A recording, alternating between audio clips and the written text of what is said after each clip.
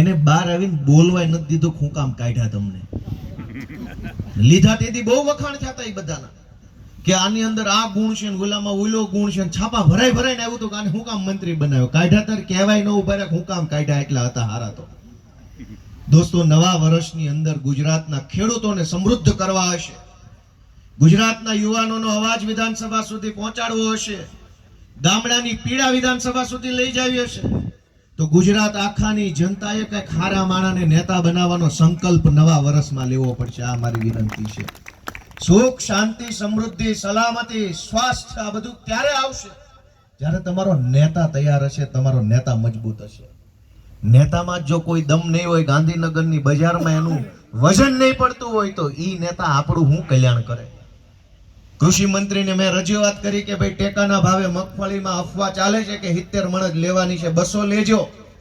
હજુ તો હું લેટર લખી લ્યો ત્યાં મંત્રી બદલાઈ ગયા.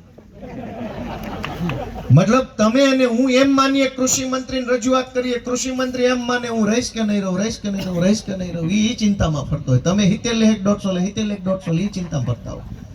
ક્યાં મેળ કરવા જવાનું? સરકાર નથી દોસ્તો, સર્કસ ચાલે છે. સર્કસ સંગીત ખુરશીની રમત છે. 4 ખુરશી મૂકી છે ને 20 જણા ગોળ ગોળ ફર્યા કરે છે. દિલ્હી વાળો ડક ડક ડક ડક કરે છે. ડક ડક ડક ડક બંધ થાય એટલે બેસી જવાનું, જેનો વારો હોય બેસી ગયા. વળી duck duck duck duck duck ચાલુ થાય એટલે ગોળ ગોળ ફર્યા કરે ને વળી પાછું ડક ડક ડક બંધ થાય એટલે ખુરશી બેસી જાય. હાલે છે કે ન હાલતો આવું?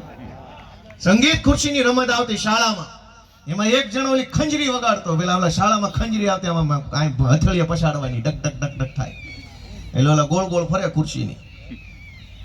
સરકાર નથી દોસ્તો, અને જ્યાં સરકાર નહીં હોય ત્યાં સુખ, સમૃદ્ધિ, શાંતિ, સલામતી કેવી રીતે આવશે?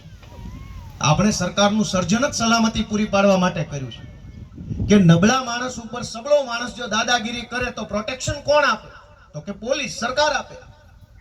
અને નબળા અને સબળાની વચ્ચે એક હજડબમ દિવાલ બનાવવાનું કામ સરકાર છે. સરકાર એટલે નબળા અને સબળાની વચ્ચેનો એક રસ્તો, માણસ કે જે બંનેને ન્યાય કરે. નબળા માણસ એટલે કે જેની પાસે આર્થિક રીતે બીજી ત્રીજી રીતે કંઈ છે નહીં, એનાય હકનું રક્ષણ કરે ને જેની પાસે કંઈક છે એનાય હકનું રક્ષણ કરે, એનું નામ સરકાર. પણ આજ શું થાય છે કે નબળા માણસને પોલીસ 2 ધોકા વધારે મારે છે અને રૂપિયાવાળાના છોકરા પોલીસ ઉપર ગાડીઓ ચડાવી દે તો સલામ મારે છે કે બેટા વ્યવસ્થિત ચડાવ્યો, વ્યવસ્થિત ગાડી માથે ચડાવ્યો. દોસ્તો, આ પરિસ્થિતિ બદલવા માટેનો રસ્તો વિસાવદરથી આપણે ખોલ્યો છે. ગુજરાત આખામાં તમે જે મોટું કામ કર્યું છે એ કામ એવું છે કે કરોડો લોકો રાજનીતિથી કંટાળી ગયા હતા, કે મૂકો લપ પડતી, હતાશ થઈ ગયા હતા, નિરાશ થઈ ગયા હતા, થાકી ગયા હતા, માનસિક રીતે બધું છોડી દીધું કે મૂકો લપ ભાઈ, આ કાંઈ કરવા જેવું નથી. ખબર હતી કે ખોટું થાય છે પણ બોલવા કોઈ તૈયાર નહોતું, કેમ કે થાકી એટલા ગયા હતા. કેમ બોલવું, શું કામ બોલવું? સહેજ બોલો ત્યાં તમને પોલીસ પકડી જાય, સહેજ બોલો ત્યાં તમને ભાજપના માણસો ધાક ધમકી કરી જાય, ઘડીક બોલો તો વળી તમારું કાંઈ ઉપજે નહીં. તમે જે નેતાના ટેકે બોલતા હોય એ નેતા હવાર થાય તો ભાજપમાં વયો જાય, તમે એકલા પડી જાઓ. વર્ષોથી ગુજરાતની જનતા દુખી તો હતી પણ બોલે એવો રસ્તો નહોતો એની પાસે. તમારા બધાનો આ ગુજરાત ઉપર એક ઋણ છે કે તમે અહીંથી રસ્તો ખોલી દીધો છે. વિસાવદરથી ડેલી ખોલી દીધી છે તમે. એની ડેલી ખોલી છે, ત્યાંથી રાજમાર્ગ નીકળશે ને વિધાનસભા સુધી પહોંચવાનો છે. આ વિસાવદર વિધાનસભાથી અને તમારા હાથે એવું સારું કામ થયું છે. ચૂંટણીની અંદર કેવડી મોટી તાકાત અહીંયા કામે લાગી ગઈ હતી.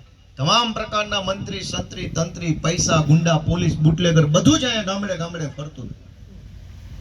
પણ તમે જે ટક્કર આપી છે, તમે જે ઈમાનદારીથી, નિષ્ઠાથી કામ કર્યું છે, જે મતદાન કર્યું છે, એ એળે નથી જવાનું એવો મને પૂરો વિશ્વાસ છે. દોસ્તો, તમે બહુ સરસ મોટું કામ કર્યું છે. આજે નવા વર્ષમાં હું આપણા બધાય કાર્યકર્તાઓને, આગેવાનોને, સમર્થકોને, વડીલોને, વિસાવદર વિધાનસભાના, ભેસાણના, જુનાગઢ ગ્રામ્યના સૌ મતદાતાઓને હું હૃદયપૂર્વકના પ્રણામ કરું છું અને નવા વર્ષના રામ રામ કરું છું. ભગવાન આપણને બધાને ખૂબ બળ આપે, શક્તિ આપે એવી હું નવા વર્ષે પ્રાર્થના કરું છું. અમને ખૂબ શક્તિ આપે એવી પ્રાર્થના કરું છું, કેમ કે લડાઈ હજુ ઘણી લાંબી છે.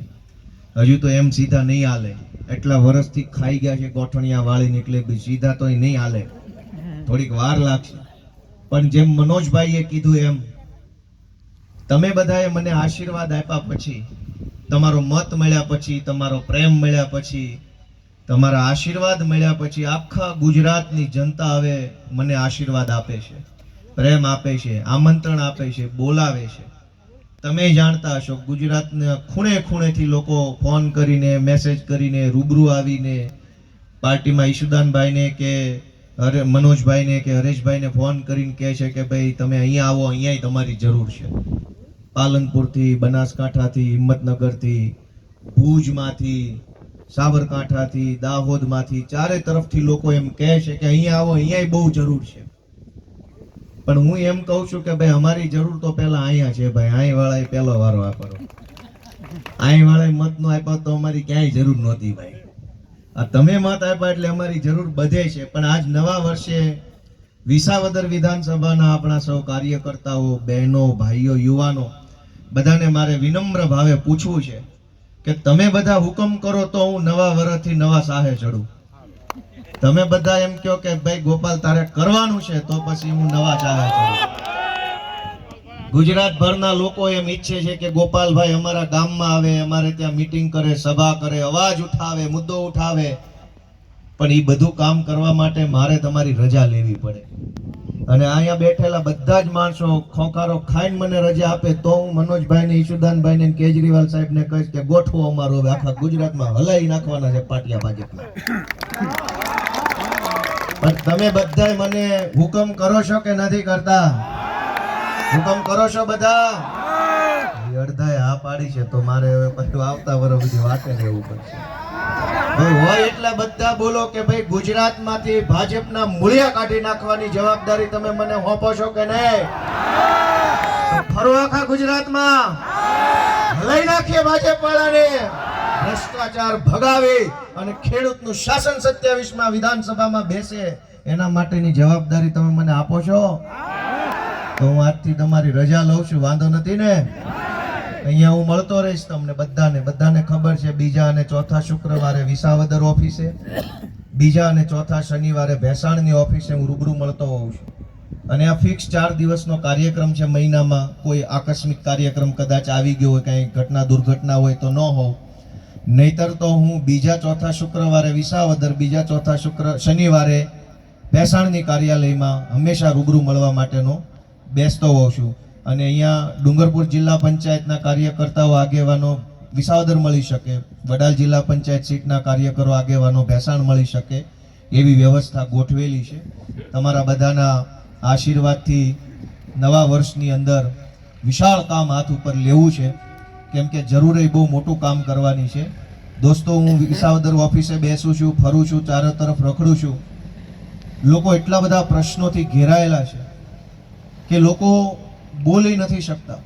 અહીં જ્યારે હું વિસાવદર ઓફિસે બેસું છું તો થેલીઓ ભરીને કાગળો લઈને લોકો આવે છે. વાતમાં કંઈ હોતું જ નથી. મતલબ એવડી મોટી વાત નથી હોતી કે નો એનો રસ્તો નીકળે, પણ કોઈએ કામ નથી કરવું. સરકારી માણસોએ રસ્તાના કેળાના પ્રશ્નો લઈને માણસની એક આખી જિંદગી વહી ગઈ. થેલીઓ મોટી થઈ ગઈ પણ પ્રશ્ન નથી પતતો. વાડીએ રસ્તો હાલીને જવાનો, ખેતરનો રસ્તો હોય, વ્યાજબી વાત હોય, કોઈ ભાજપનો માણસ પાળો બનાવી દે, કોઈ ભાજપનો માણસ ખોદી નાખે, કોઈ રોડ બની જાય, ખેતરોમાં પાણી ભરાય, કોઈ સાંભળતું નથી. મામલતદારોને, પ્રાંતને, ટીડીઓને અનેક ફોન કરીએ, હાજી કર્યા કરે પણ કામ ન કરે. હું એમ ઈચ્છું છું કે એ મામલતદારો હોય, ટીડીઓ હોય, બધાને સીધા સટ કરી શકાય એમ છે. અમને સીધા કરતા આવડે છે પણ તમે અમને ત્યાં ભોગાડો તો ખરા. અનેક પ્રશ્નો છે પણ આ લોકો પેધી ગયા છે. કશું જ કામ કરવું નથી. પૈસા મળે એટલું જ કામ કરવાનું છે, બીજું કોઈ કામ કરવું નથી. શું કામ?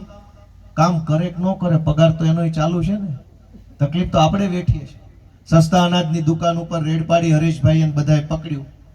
આજ દિવસ સુધી એ સસ્તા અનાજની ચોરી કરનારા ઉપર FIR નથી થઈ.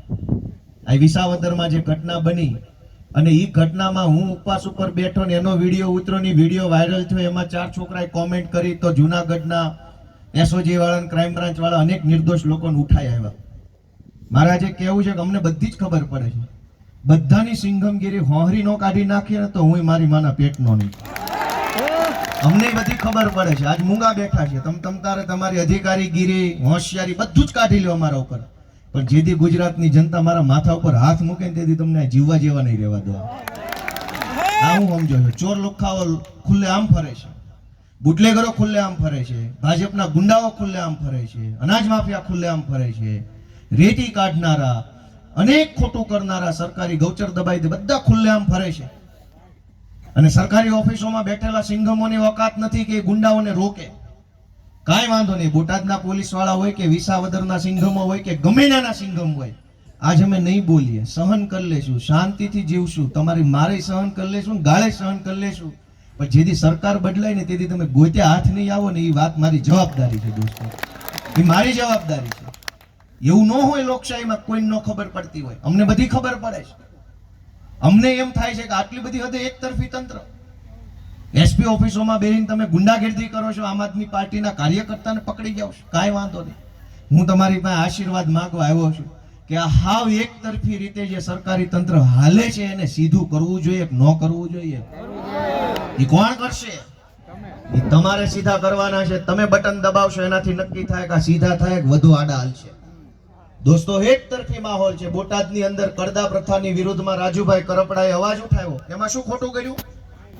કશું જ ખોટું નથી. અહીંયા આપણે કડ કરે છે, વજનમાં 100 ગ્રામ વધારે લઈ લે છે, કટે 500 ગ્રામ, એ બાજુ પૈસામાં કટ મારે છે, ભાવમાં. રાજુભાઈએ વિરોધ પ્રદર્શન કર્યું અને કીધું કે ભાઈ આ બંધ કરો, આ ખોટું છે, આ ખેડૂતોને કઈ ઉપરથી નથી પડતું, પાક મહેનત કરે, પરસેવો પાડે, લોહી રેડે, તે દિવસે એને હાથમાં મગફળી આવે કે કપાસ આવે કે સોયાબીન આવે છે, વેચવા જાવ એટલે એને લૂંટી લે છે. એ લૂંટનો વિરોધ અમારી આમ આદમી પાર્ટીએ રાજુભાઈના નેતૃત્વમાં, પ્રવીણભાઈ રામના નેતૃત્વમાં કર્યો.